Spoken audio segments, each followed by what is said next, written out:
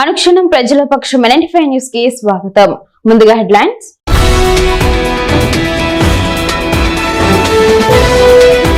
అన్నమయ్య జిల్లా కేంద్రం మదనపల్లిలో మొదటి రోజు జిల్లా కలెక్టర్ నిశాంత్ కుమార్, ఎస్పీ ధీరజ్ కున్బిల్లులు నిర్వహించిన గ్రీవెన్స్ కు ఫిర్యాదులు వెల్లువ.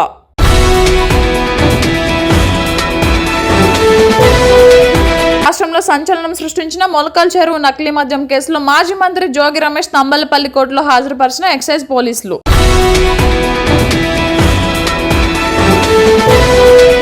రామసముద్రం మండలంలో ఎమ్మెల్యే షాజహాన్ బాషా ఆధ్వర్యంలో నేడు నిర్వహించిన ప్రజా దర్బార్కు విశేష స్పందన.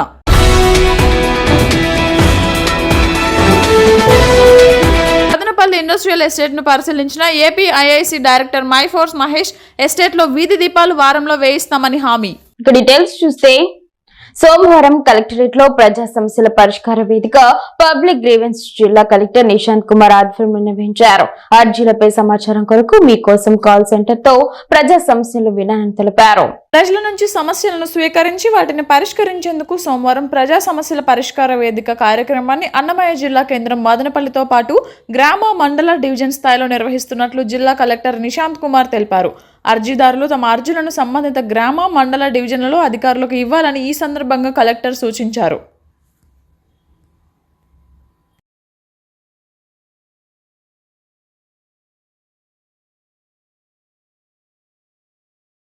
ప్రజల సమస్యల పట్ల పోలీసులు ఎల్లప్పుడూ జవాబుదారీతనంతో మెలిగి బాధితులకు సత్వర న్యాయం అందించడమే లక్ష్యంగా పనిచేయాలని అన్నమయ్య జిల్లా ఎస్పీ ధీరజ్ కున్బిల్లు స్పష్టం చేశారు. సోమవారం మదనపల్లి డీఎస్పీ కార్యాలయంలో నిర్వహించిన ప్రజా సమస్యల పరిష్కార వేదిక కార్యక్రమంలో ఎస్పీ స్వయంగా పాల్గొని జిల్లా నలుమూలల నుండి వచ్చిన ఫిర్యాదుదారులతో ముఖాముఖి మాట్లాడారు. భూ వివాదాలు, కుటుంబ కలహాలు, సైబర్ నేరాలు మరియు వేధింపులపై వచ్చిన అర్జీలను ఎస్పీ క్షుణ్ణంగా పరిశీలించారు.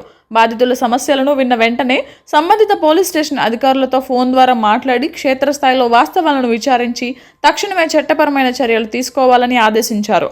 అర్జీదారులకు న్యాయం జరిగినట్లు నిర్ధారించుకోవడమే కాకుండా తీసుకున్న చర్యలపై సమగ్ర నివేదికను ప్రధాన కార్యాలయానికి పంపాలని అధికారులకు సూచించారు.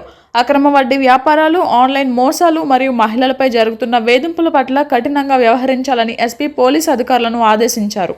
రాష్ట్రంలో సంచలనం సృష్టించిన మొలకల చెరువు నకిలీ మద్యం కేసులో మాజీ మంత్రి జోగి రమేష్ ను పోలీసులు ఆదివారం రాత్రి తంబలపల్లి కోర్టుకు తరలించారు. నకిలీ మద్యం కేసులో నిందితుడిగా ఉన్న మాజీ మంత్రి జోగి రమేష్ తో పాటు మరొక నిందితుడు జోగి రామును సైతం తంబలపల్లి కోర్టుకు పోలీసులు హాజరుపరిచారు. నెల్లూరు సెంట్రల్ జైల్లో ఉన్న మాజీ మంత్రి జోగి రమేష్, జోగి రామును విచారణ నిమిత్తం పోలీసులు 3 రోజులు కస్టడీకి తీసుకున్నారు. కస్టడీ పూర్తవడంతో ఆదివారం రాత్రి పోలీసులు తంబలపల్లి జేసీజే కోర్టుకు తీసుకువచ్చారు. అనంతరం మదనపల్లి సబ్ జైలుకు తరలించారు. మళ్లీ ఇద్దరు నిందితులు అయిన జోగి రమేష్, జోగి రామును సోమవారం మొలకల చెరువు పోలీసులు తంబలపల్లి కోర్టుకు హాజరుపరిచి మరికొన్ని రోజులు కస్టడీకి తీసుకున్నట్లు తెలుస్తోంది. రామసముద్రం మండలంలో నేడు నిర్వహించిన ప్రజా దర్బార్ పెద్ద ఎత్తున మండల ప్రజలు పాల్గొన్నారు. తమకు అధికారుల నుండి పరిష్కారం కాని సమస్యల్లో ఎమ్మెల్యే దృష్టికి తీసుకువచ్చారు. దీనిపై స్పందించిన ఎమ్మెల్యే ప్రజా సమస్యల పరిష్కారానికి చొరవ చూపాలని అధికారులకు సూచించారు. ఈ సందర్భంగా ఎమ్మెల్యే మీడియాతో మాట్లాడుతూ వైసీపీ ప్రభుత్వంలో కరెంటు బిల్లులు 9 సార్లు పెంచి ప్రజలు మోయలేని భారాన్ని బలవంతంగా ప్రజలపై రుద్దారని విమర్శించారు. 1000 రూపాయల కరెంటు బిల్లును 600కు తగ్గించిన ఘనత కూటమి ప్రభుత్వందని ముఖ్యమంత్రి చంద్రబాబు, ఉప ముఖ్యమంత్రి పవన్ కళ్యాణ్, యువనేత నారా లోకేష్ కు ఈ సందర్భంగా ధన్యవాదాలు తెలియజేశారు. మండల స్థాయి అధికారులతో చర్చించి ప్రజల్లో నెలకొన్న సమస్యలను పరిష్కరించాలని ఆదేశించారు. ఈ కార్యక్రమంలో పెద్ద ఎత్తున తెలుగుదేశం పార్టీ కార్యకర్తలు, స్థానిక ప్రజలు పాల్గొన్నారు. అనుకుని అడగదు, కరోనా 2 సంవత్సరాలు వచ్చి మనుషులు మిగిలిపోయినారు. సో ఇప్పుడు 9 సార్లు కరెంట్ బిల్లులు పెంచి ప్రజలపైన తీవ్ర 1,29,000 కోట్ల ఆర్థిక భారానికి ప్రజలు పంచారు. ఆ 400 రూపాయలు వస్తున్న కరెంటు బిల్లు 1,200 రూపాయలు వస్తుంది. ఆ రోజు ఎవరెవరు ప్రజలకు 2019 నాటికి 400 రూపాయలు వచ్చే కరెంటు బిల్లు 1,200 రూపాయలు వస్తుంది. సో 1:300 టైమ్స్ ఆ విధంగా పెంచిన చరిత్ర వైఎస్ఆర్ ప్రభుత్వంది, వైఎస్ జగన్మోహన్ రెడ్డి గారు. అప్పటికేమి పక్కనే మన విద్యుత్ శాఖ మంత్రి ఉన్నారు. వీళ్ళంతా కలుసుకొని మాట్లాడుకొని ఆంధ్ర రాష్ట్ర ప్రజలు బాగుండారు, ఇంకా వీళ్ళకి 2 కిడ్నీలు ఉన్నాయి, ఒక కిడ్నీ రేట్స్ కూడా రాపించుకోవాలి వీళ్ళ దగ్గర. రెండు ఉంటే వేస్ట్, ఒకటి కూడా మంచి బతకొచ్చు కూడా ప్లాన్ చేసినారు. కాకపోతే 5 సంవత్సరాలు పూర్తి అయిపోయినాయి. ఆ విధంగా ఇదే కాకుండా ఇప్పుడు పెద్దలు చంద్రబాబు నాయుడు గారు రాష్ట్ర ఆర్థిక పరిస్థితి అధోగతి పాలైంది. 2024 ఎలక్షన్ నాటికి 15వ తారీఖు కూడా జీతాలు ఇచ్చే పరిస్థితి లేదు, 19వ తారీఖు కూడా జీతాలు ఇచ్చే పరిస్థితి లేదు. ఉద్యోగస్తులు ఏడనపై బ్యాంకులో లోన్ అడిగితే మీ జీతం ఎప్పుడు వస్తుందో మాకే తెలియదు పో సార్, ఇచ్చిన దానికే సరిగ్గా డబ్బులు రావడం లే, మళ్ళీ చూస్తాం పక్కన పోయి చెప్తాను. అటువంటి దానికి ఈరోజు గాడిలో పెట్టి ప్రతి 5వ తేదీ 10వ తేదీ 2వ తేదీ నిన్న నెలలే కొద్దిగా లేట్ అయింది, ఆ ముందు అంతా మీకు జీతాలు 5వ తేదీ లోపల ఇస్తున్నారు. ఏమి ఆర్థికంగా రాష్ట్ర పరిస్థితి బాగలేదు, అయినా కూడా ఏమి అన్ని కాలంలో పెట్టి అభివృద్ధి ఒక్క పక్క మీకు R&B రోడ్లో గుంతలు పూడ్చేదానికి కొన్ని వేల కోట్ల రూపాయలు ఖర్చు వచ్చింది. దానికి ఇప్పుడు పెద్దలు చంద్రబాబు నాయుడు గారు ఒక్కసారిగా 1000 రూపాయలు మీకు బిల్లు వస్తూ ఉంటే 600 రూపాయలు బిల్లు వచ్చేటట్టుగా కరెంట్ ఛార్జీలు ఇప్పుడు తగ్గించడం జరిగింది. ఎక్కడి నుంచి ఆయన తెస్తున్నారు? 4000 పెన్షన్ ఇస్తున్నాం, 6000 పెన్షన్ ఇస్తున్నాం, ఫిజికల్ హ్యాండిక్యాప్కి 10,000 ఇస్తున్నాం, 15,000 ఇస్తున్నాం. ఇవి కాకుండా మహిళలకు బస్సుల్లో ఫ్రీ 3 సిలిండర్లు ఇస్తున్నాం.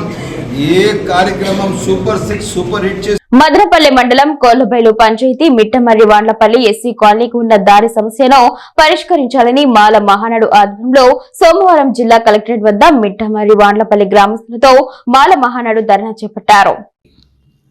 అగ్రవర్ణాల నుంచి తమకు చేదరింపులు వేధింపులు ఎక్కువయ్యాయని, తమ గ్రామానికి ప్రభుత్వ స్కెచ్ ప్రకారం రోడ్డు సౌకర్యం కల్పించాలని నినాదాలు చేశారు.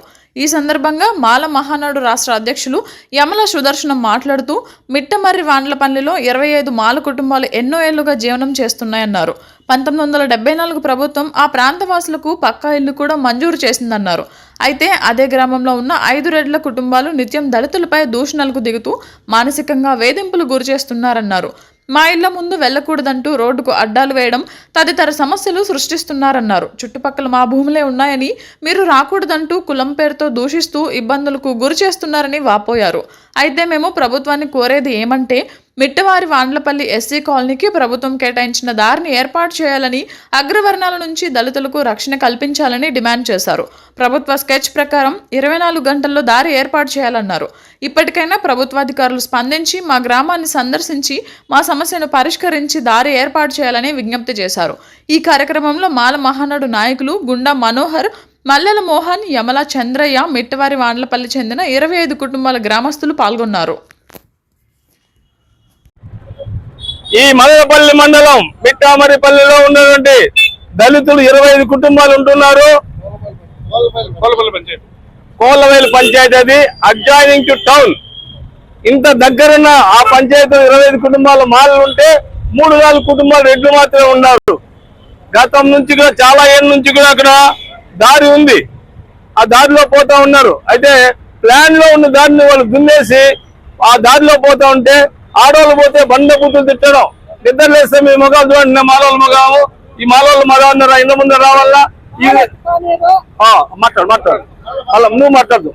ఇంటి ముందు నడుస్తా ఉంటే మేము చూడేట్లుంది మా, మేము సిగ్గులేని వాళ్ళు మన మానసికంగా శారీరకంగా కుల దూషణలు చేస్తున్నా కూడా ఈ విషయాన్ని 1 సంవత్సర కాలంగా కూడా మేము అధికారుల దృష్టికి చూపిస్తున్నా, వాళ్ళ బాధలకు కూడా తెలియజేస్తున్నా కూడా ఏ అధికారి పట్టించుకోవడం లేదు. ఆ సమస్యను మాలపల్లికి వచ్చిన విలేజ్ మ్యాప్ ప్రకారం ఉన్న రోడ్డు పూర్తిగా మాకు చూపించిన పక్షంలో మాల మహానాడు ఆధ్వర్యంలో వీధి పోరాటాలకు సిద్ధమని తెలియజేస్తూ హెచ్చరిస్తున్నాం. జై భీమ్, జై మాల. మాది కోళ్ళబైలు గ్రామము, మిట్టమర్రి వాండ్లపల్లి. మా ఊర్లో రోడ్డు సమస్య చాలా ఏళ్ళ నుంచి ఉంది. కాకపోతే అట్లా పోతే రెడ్డిస్ వాళ్ళు తిడతారు, మీరు వాళ్ళు తిడతారు, మీరు మాకు సపోర్ట్ చేయరు, మీ మగవాళ్ళని మీరు ఎందుకు దండించుకోలేరు, మీరు మగవాళ్ళని ఎందుకు పంపిస్తున్నారు రోడ్డు పరిష్కారాలకి అంటారు. ఏదేదో పాత గొడవలు అన్నారు సార్ వాళ్ళు. మాకంటూ రోడ్డు కానే కావాలా, లేకపోతే మేము ఇక్కడే ఉంటాము, ఇక్కడే ధర్నా చేస్తాము. మాకు ఈ కాలనీ వేరే చోట అయినా ఇవ్వండి, లేకపోతే ఆ రోడ్డు అన్నా పరిష్కరించండి సార్. మాకు రోడ్డు అంటూ కానే కావాలి. మదనపల్లి గ్రామీణ మండలం కొండమరపల్లి పంచాయతీ సచివాలయ ఆవరణంలో నేడు నిర్వహించిన సమావేశంలో గ్రామీణ ఉపాధి హామీ పథకం చేసుకోవాలని అధికారులు సూచించారు. ఈ కార్యక్రమంలో గ్రామ కమిటీ, తెలుగుదేశం పార్టీ అధ్యక్షులు జయరాం యాదవ్, రమణ యాదవ్, కృష్ణ, మధు, రవీంద్ర, సచివాలయ సెక్రటరీ నవాజ్, సిబ్బంది పాల్గొన్నారు.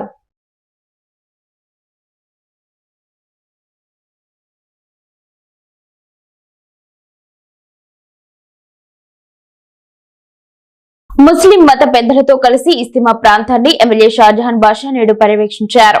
వేలాదిగా ముస్లిం సోదరులు పాల్గొని ఈ కార్యక్రమంలో పెద్ద ఎత్తున మదనపల్లి నియోజకవర్గం ముస్లిం సోదరులు పాల్గొని విజయవంతం చేయాలని కోరారు. మత పెద్దలు వాలంటీర్లు ఏర్పాటును పరిశీలించి తగు చర్యలు తీసుకోవాలని సూచించారు.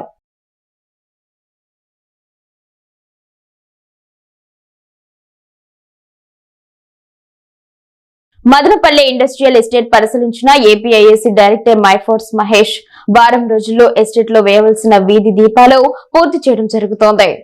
ఈ రోజు Andhra Pradesh industrial infrastructure corporation director మైఫోర్స్ మహేష్ ఏపీఐఐసీ అధికారంతో కలిసి మదనపల్లిలోని ఇండస్ట్రియల్ ఎస్టేట్లోని సమస్యలు, మౌలిక సదుపాయాల కల్పన గురించి స్థానిక పారిశ్రామికవేత్తలతో చర్చించడం మరియు ఇండస్ట్రియల్ ఎస్టేట్ మొత్తం తిరిగి ప్రతి సమస్యను పరిశీలించి రోడ్లు, డ్రైన్లు, విద్యుత్ దీపాల ఏర్పాటు కోసం అలాగే నీటి వ్యవస్థ బలోపేతం కోసం స్థానికంగా ఉన్న ఐలా అడ్వైజర్ కమిటీ సభ్యులు మరియు స్థానిక పారిశ్రామికవేత్తలతో చర్చించి అధికారులను ప్రణాళికలు సిద్ధం చేసి త్వరలో అన్ని పనులు పూర్తి చేసి మదనపల్లి ఇండస్ట్రియల్ ఎస్టేట్ను ఆంధ్రప్రదేశ్ రాష్ట్రంలో మోడల్ ఇండస్ట్రియల్ ఎస్టేట్ లాగా తీర్చిదిద్దేందుకు కృషి చేస్తానని పారిశ్రామికవేత్తలకు తెలియజేయడం జరిగింది. అలాగే మదనపల్లిలోని గార్మెంట్స్ ఫ్యాక్టరీస్ లో టైలర్ల కొరత ఉందని యాజమాన్యం తెలియజేయడంతో త్వరలోనే ప్రభుత్వం తరపున టైలర్ల శిక్షణ శిబిరాలు ఏర్పాటు చేసి మహిళలకు ఉద్యోగ అవకాశాలు కల్పించే విధంగా చర్యలు చేపడతామని తెలియజేశారు. Madanapalle industrial estate commercial value పెరిగిన సందర్భంగా పారిశ్రామికవేత్తలు ఎవరైనా కమర్షియల్ గా వాళ్ళ ఇండస్ట్రియల్ ల్యాండ్స్ ని కన్వర్ట్ చేసుకోవాలి అంటే దయచేసి ఏపీఐఐసీకి మీ రిక్వెస్ట్లను త్వరగా అప్లై చేయవలసిందిగా తెలియజేశారు. ఈ కార్యక్రమంలో ఏపీఐఐసీ అధికారులు, స్థానిక పారిశ్రామికవేత్తలు మరియు జనసేన పార్టీ నాయకులు సందీప్ రెడ్డి, రమణారెడ్డి, చిరంజీవి, రేవంత్, భారతి తదితరులు పాల్గొన్నారు. అనుక్షణం ప్రజల పక్షం NN5 న్యూస్ ఇంతటితో సమాప్తం. తిరిగి రేపటి బ్రిటన్లో మళ్ళీ కలుసుకుందాం. అంతవరకు సెలవు. నమస్కారం.